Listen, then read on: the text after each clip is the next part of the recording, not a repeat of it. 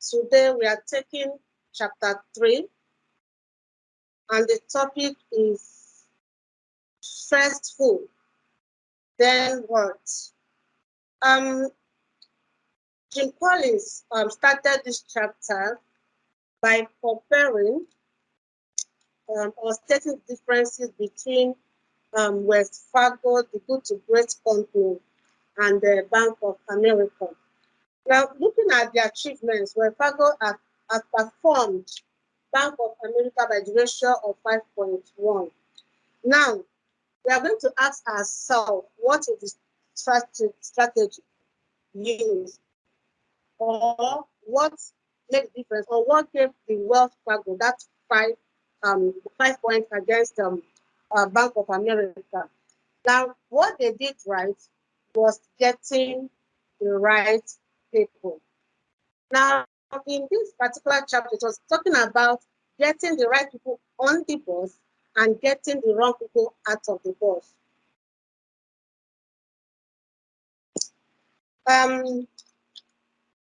When one is planning to have a company,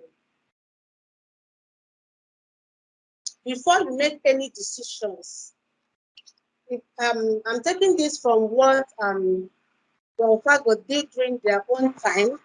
Before taking any decision, before they did anything, the first thing that they talked about was to get the right people on the bus.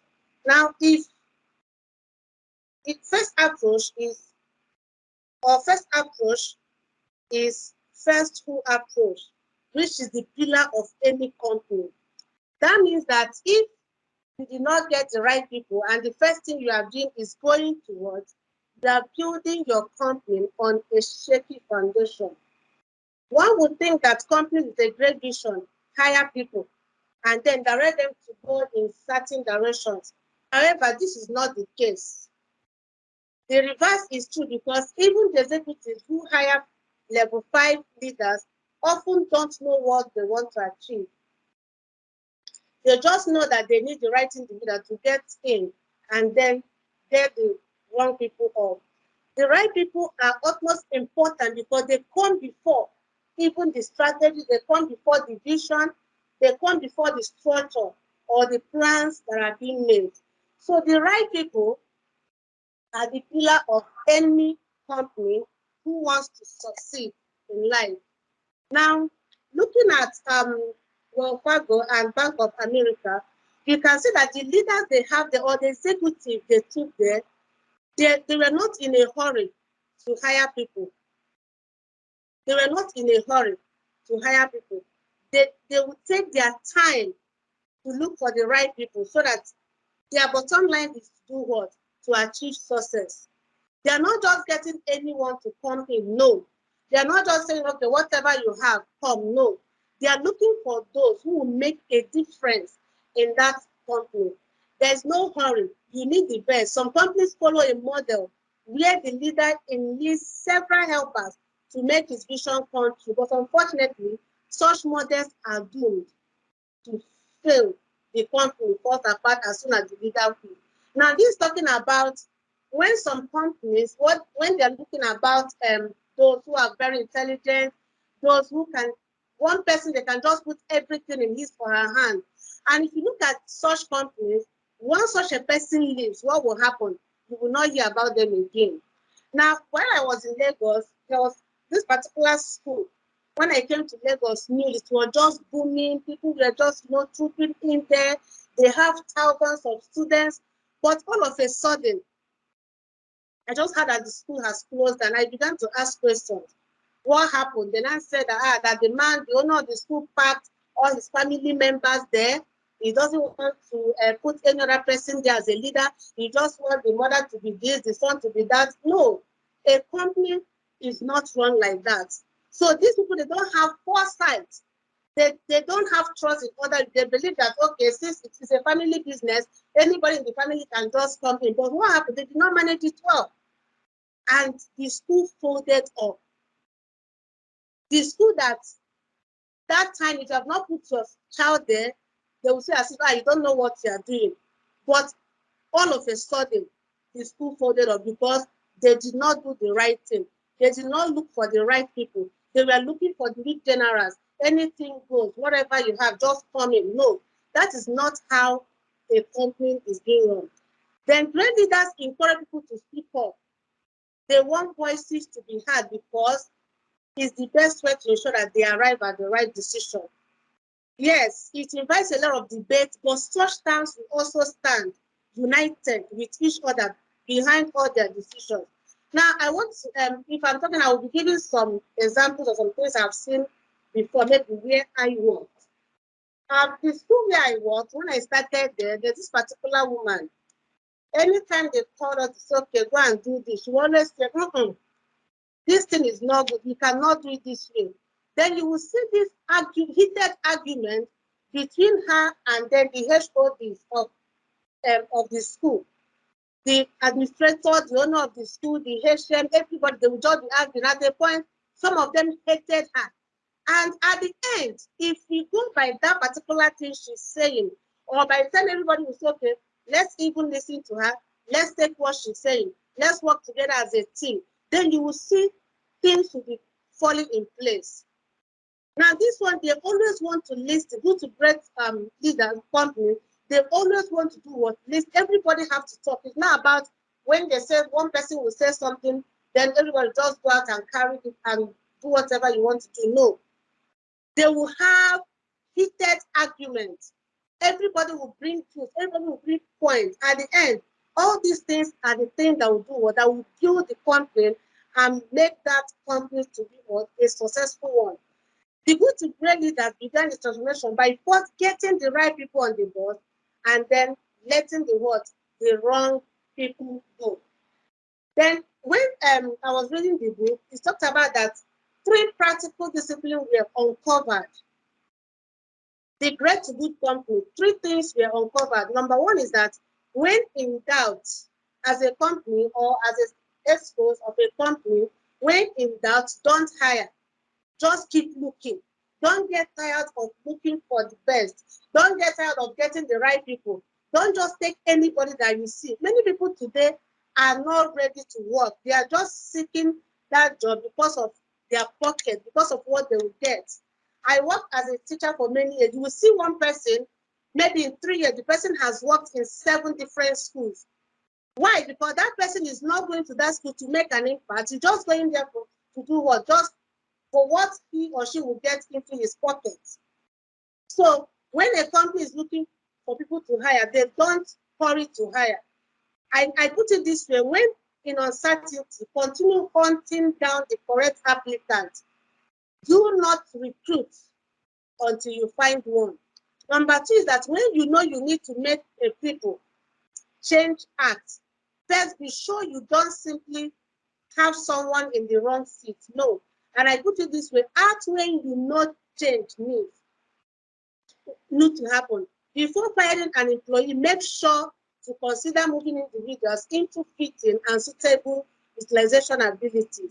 Then number 3 is that put your best people on your biggest opportunities, not your biggest problems. And I put your best individuals on your best book. You don't need to be jealous of anyone because the person is making an impact in a company, or the person is putting his or her best to make sure that that company succeeds. Some people will tag the person, is this your father's work? Over Sabi, eye service, and all those kind of things. Why? Because they are not ready to make impact. But the person that is making impact, they are not happy with the person. Good to great management teams consist of people who debate hotly, and yet at the end they will do what? They will unify behind decision, regardless of their different interests.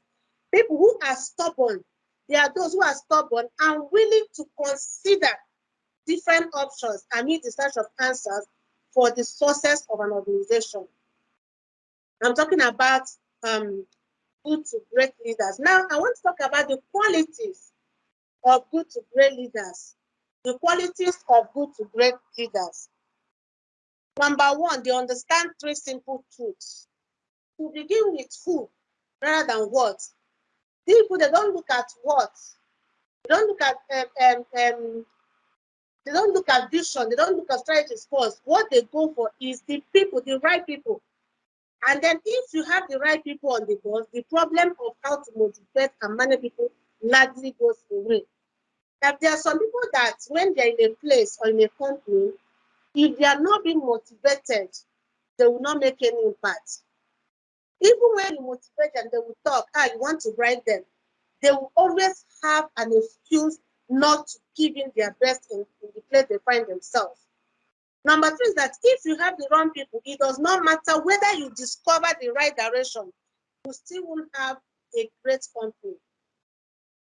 So we are still talking about having the right people on the bus. When you have the wrong people, no matter what you do, no matter what you give them, no matter what you put in, you will not gain anything.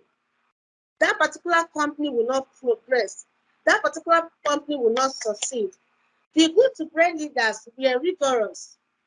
They did not only rely on layoff and restructuring as a primary strategy for improving what performance. Good to great management teams consist of people who debate vigorously in search of the best answers, yet they were unified regardless of their different interests. They have faith in the company because they believe in the value of the teammates. These are those who believe, okay, this company, we are going to take it to another level. This company, we are going to help it grow. They are not after what they gain.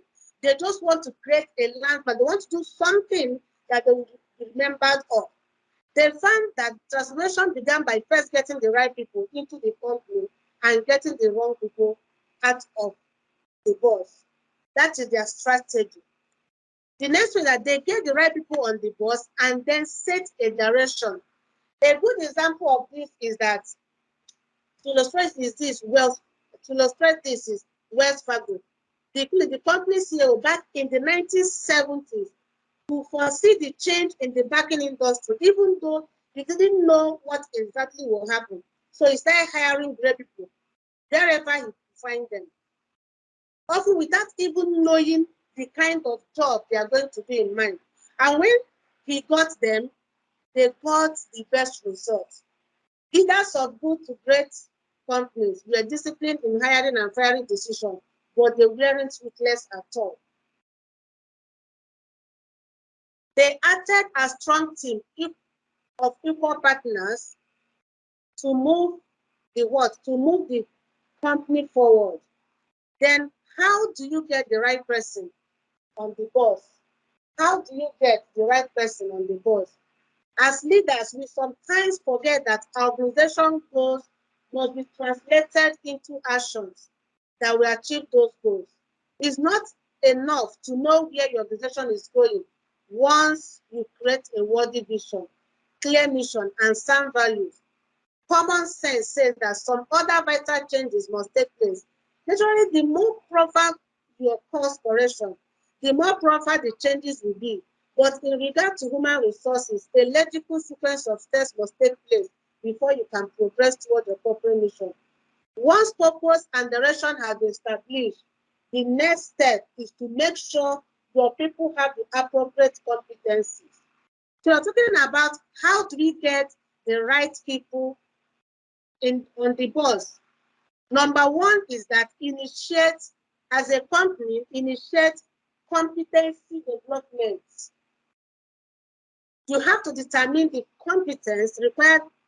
Competence is the key leadership and individual computer positions. As you clarify or redefine the organization purpose, it's natural to ask what work is really vital to the new direction. To do that work, what skills, what special knowledge or competencies are required? Number two is that you need to evaluate current employees against the competency criteria determined during the profiling completed in step one. Then you have to assess the key people within your organization, an inventory of knowledge and skills you currently have on hand.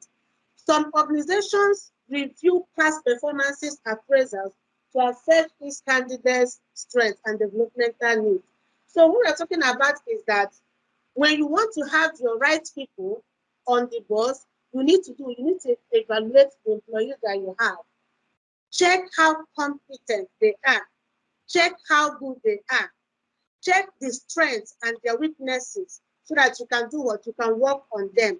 Number 3 is that determine which incumbents have the competencies and who do not. Then at this stage, you know what you have and what you need. By comparing the two, you can isolate those individuals who come close to matching your competency profile from those who do not. The next one is divide the do not into those who are developable and those who are not. Then trying to do that, to evaluate development potential, we must look at the factors that influence an individual's learning ability. That is the brain work, the brain power. An indication of intelligence is the ability to take in use data. So research and testing show that amount of intelligence may account for up to 50% of the ability to change. Individuals are fast learners and morally like to replace old patterns with new ones. The next one is the right people. These right people we are talking about, to get the right people on the box, who are the right people? Who is the right person that should be on that box? When you put people in the wrong jobs, you fail to capitalize on their talents. On the other hand, when you achieve the right fit between employee and the job, the foundation of your organization is now established on your greatest strengths. The right people in this context does not literally mean those with the best academic qualification or qualifications. They are not those who can speak right. They are not those who have high intelligence quotient. No. But the right people are people of good character. Someone can be very intelligent, but he will not have a good character. Let me give this instance. The school where I worked in Lagos, there's this particular teacher, very intelligent. We call him Mr. Newspaper.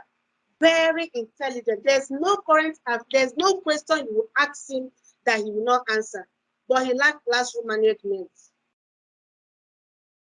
His students will hardly pass exams, or they will have the most challenges in the school. But this particular man is very intelligent, but he cannot do what? He does not have that ability to impart knowledge on the children. He lacks classroom management. Every time the school will complain, the parents will complain, I don't want my child to be in this class. Why? He's intelligent, but he lacks the character that is needed in the class. The right people are also selfless. They are those who are dedicated. When I talk about being dedicated in their place of work, you don't remind them to do the right thing. You don't motivate them to do the right thing. They are very, very dedicated. They are always willing to take corrections. Once you tell them, this is how you should do this, they will do what? They will take that correction without problem.